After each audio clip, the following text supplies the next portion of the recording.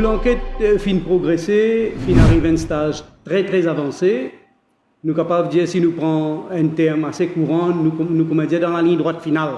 Nous sommes capables de confirmer que quand nous écoutons l'enregistrement du vidéo, c'est-à-dire le voyage data recorder, de sa bout qui tombe entre 6 heures et le wreck, c'est-à-dire l'accident, à 19h25, effectivement, le vidéo n'a pas enregistré aucune communication entrant du National Coast Guard.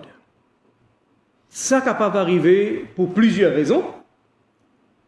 Par exemple, si le VHF du bateau, à ce moment-là, l'y off, ou sinon, ce channel n'est pas le même channel qui peut communiquer par le National Coast Guard, ou aussi il est capable sur l'antenne déconnectée, ou si je n'ai pas envie, tendez, je suis capable de baisser le volume en bas complètement, qui veut dire là, aucune communication ambiante. N'oubliez pas que le vidéo, le voyage data recorder, il enregistré les communications, les sons ambiants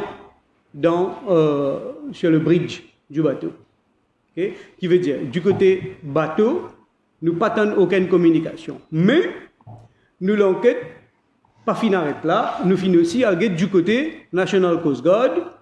Du côté National Coast Guard, nous avons premièrement version des officiers du Coast Guard basés à Pointe-du-Diable qui dit à nous qu'à partir de 18h15, nous avons fait plusieurs tentatives pour rentrer en communication avec le bateau, mais malheureusement, le bateau n'a pas fini de répondre. Maintenant, nous n'avons que ça, nous avons aussi le livre officiel, c'est-à-dire le log, VHF log qui nous appelait. Alors, VHF log là, c'est un document qui, au fur et à mesure où faire une communication, ou mettez là-dedans. Qui veut dire, tout l'entrée qui là-dedans, est consécutif. OK? Qui veut dire, il y a un document qui n'est pas capable, faussé, il y a un document qui l'a, qui, d'ailleurs, le Central CID fini saisit le document, là, il y a, à l'heure qui me peut causer avec vous, document là, dans nos possessions, et ce document-là prouve nous qu'effectivement, il y a plusieurs tentatives de National Coast Guard pour rentrer en communication avec le bateau, mais ça finit échoué. Ce n'est qu'à 20h08, ça aussi pas de Pointe du Diable, mais de Blue Bay, Coast Guard Post, c'est à 20h08, après le wreck, qui Banline répond, c'est-à-dire bateau répond Blue Bay Coast Guard Post.